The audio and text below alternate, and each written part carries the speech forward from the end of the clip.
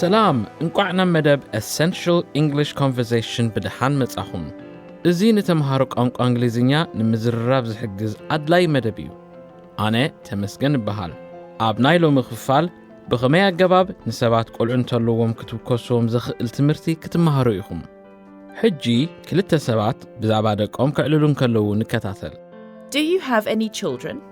Yes, we have a son. How old is he? Our son is 5.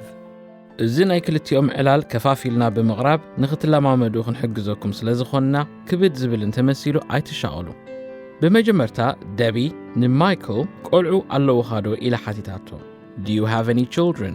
ሓደ ሰብ ክንደይ ቆልዑ ከም ዘለውዎ ክትውከሱን ከለኹም any ዝብል ቃል ድሕሪ Do you have ክትውስኹሉ የድሊ ሰሚዕኩም ድገሙ Do you have any children?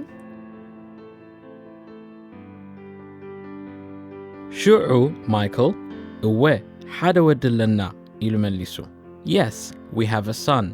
እወ ኣሎና ኢሉ መለሰ Yes, we have. ክንደይ ቆልዑ ከም ዘለዎም ዝገልጽ ኣሃዝ ወስኹሉ ንስኹም ከዓ ወዲ ወይ ጓል ከም ዘለኩም ክትሕብሩ ትኽእሉ ሰሚዕኩም ድገሙ Yes, we have a son. ደቢ ንማይክል ክንደዩ ዓመቱ ኢላ ሓቲታቶ How old is he? ኣስተውዕሉ ደቢ he ዝብል ቃልያ ተጠቂማ ብዛዕባ ወዲ ስለ ዝኾነ ማይክል ወድን ጓልን እንተዝነብርዎ ደቢ they ዝብል ቃል ምተጠቀመት ነይራ ወይ ድማ ማይክል ሓንቲ ጓል እንተትነብሮ she ምተጠቀመት ነይራ ሰሚዕኩም ድገሙ How old is he? ማይክል ኣብ መወዳእታ ወድና 5 ገይሩ Our son is 5 ኢሉ ማይክል ንደቢ ዕድመ ውላዱ ክነግራ ከሎ Our son is ዝብል ሓረግ ተጠቂሙ ኣሃዝ ናይ ዕድሚኡ ከዓ ኣጥቢቑ ወሲኹሉ ሰሚዕኩም ድገሙ Our son is 5.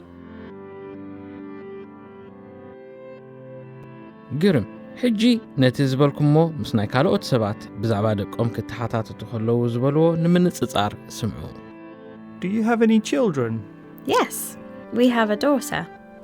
How old is she? She's 4. Do you have any children? Yes, we have a son. How old is he? He's 7. ደጊምና ክንፍትነን ኢና ነተን ናይ እንግሊዝኛ ሙሉኣት ሓሳባት ሰሚዕኩም ድገምዎን ነፍሰ ወከፍ ሙሉኣት ሓሳባት ሓንቲ ግዜ ክትሰምዑን ኢኹም Do you have any children? Yes, we have a son. How old is he? Our son is 5. ሕጂ እምበኣር ካብዚ ዝተምሃርኩሞ ክሳብ ክንደይ ክትዝክሩ ከም እትኽእሉ ንርአ ነተን ሓረጋት ብቋንቋኹም ሰማዕኩም ናብ እንግሊዝኛ ተርጉምኩም ኣቕርብዎን ቆልዑ ኣለውኹም ዶ Do you have any children? እወ ሓደ ወዲ ኣለና Yes, we have a son. ክንደዩ ዕድሚኡ How old is he? ወድና 5 ዓመቱ Our son is 5.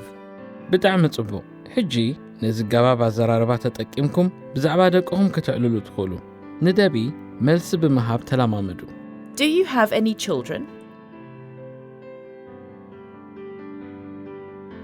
How old is he?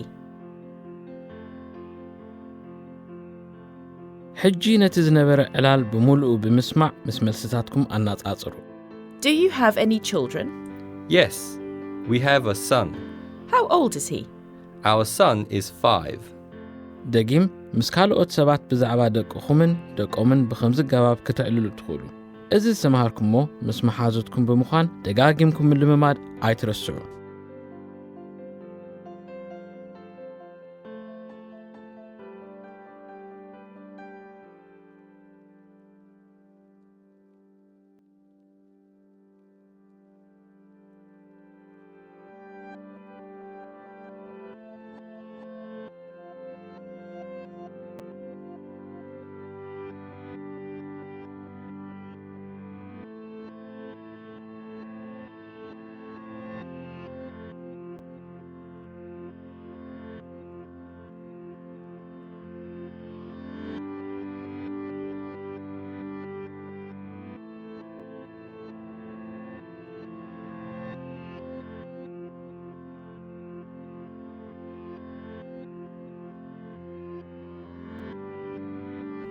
ምሳና ብምጽናሕኩም የመስግን ኣብዚ ቅጽል መደብ Essential English Conversation ክሳብ ንራኸብ ሰሰናዩ ባይ